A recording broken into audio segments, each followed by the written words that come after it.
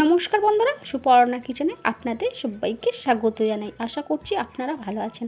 আজ বানিয়েছি সর্ষে পোস্ত দিয়ে ইলিশ মাছের তেল ঝালের রেসিপি। আর আপনাদের অনুরোধ রইল পুরো ভিডিওটা দেখার জন্য। আর ভালো লাগলে লাইক কমেন্ট শেয়ার করে দেবেন। আর যেসব বন্ধুরা নতুন দেখছেন আমার এই চ্যানেলটাকে সাবস্ক্রাইব করে দেবেন। সবার প্রথমে ইলিশ মাছ কেটে ধুয়ে পরিষ্কার করে নিয়েছি। নিয়ে স্বাদ মতো লবণ আর হলুদ দিয়ে ভালো করে মাছটাকে আমি মাখিয়ে রেখে দেবো কিছুক্ষণের জন্য। ইলিশ মাছের ঝালের জন্য কিছু মশলা বানাতে হবে। এখানে আমি 2 চামচ কালো সরিষা নিয়েছি আর 3 চামচ সাদা সরিষা, 2 চামচ পোস্ত,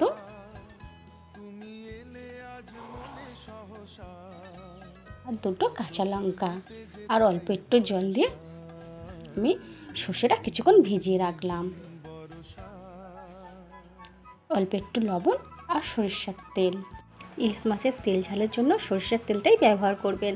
এখানে আমি সরিষার তেল দিয়ে এবারে মিক্সারে ভালো করে বেটে নেব।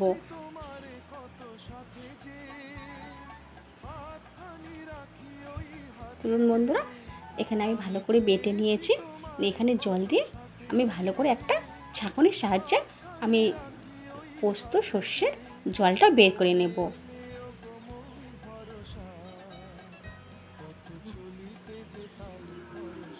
এইভাবে আমি জলটা ছেঁকে নিয়েছি যাতে পোস্ত আর সরিষার কোনো দানা ভাব না থাকে। আমি শুধু জলটাই নিয়েছি। দেখুন বন্ধুরা, এইভাবে এটা আমি বের করে নিয়েছি। অন্য থেকে কড়া বসিয়েছি, কড়া গরম হয়ে এসছে। আমি এখানে পরিমাণ মতো সরষের তেল দিয়েছি, দিয়ে ইলিশ মাছ আমি একে একে ভেজে নেব। এখানে আমি বেশি কড়া করে ভাজবো না, হালকা করে ইলিশ মাছটা ভেজে নেব। এখানে আপনারা ইলিশ মাছ ওই সময় হালকা ভাজবেন। এই ইলিশ মাছ থেকে অনেকটাই ডিম বেরিয়েছে। দেখুন বন্ধুরা, আমি ডিমটাও একই রকমভাবে ভালো করে ভেজে নেব।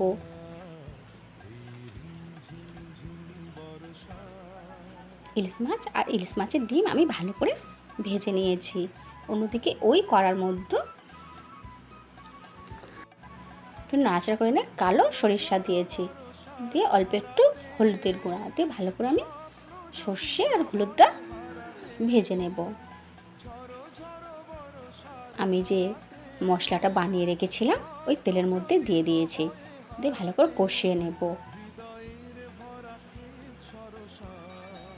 এখানে আমি বেশি মশলা ব্যবহার করিনি, খুব অল্প মশলার মধ্যে পোস্ত সর্ষে দিয়ে ইলিশ মাছের তেল ঝালটা বানাতে চেয়েছি। দেখুন এখানে আমি জল দিয়ে দিয়েছি, দিয়ে উপর থেকে কটা চেরা কাঁচা লঙ্কা দিয়ে দিয়েছি। গ্রেভিটা ফুটে গেছে। এখানে যে মাছটা আমি ভেজে রেখেছিলাম আমি একে একে গ্রেভির মধ্যে দিয়ে দেব। দিয়ে হালকা করে নাড়াচাড়া করে নিয়েছি।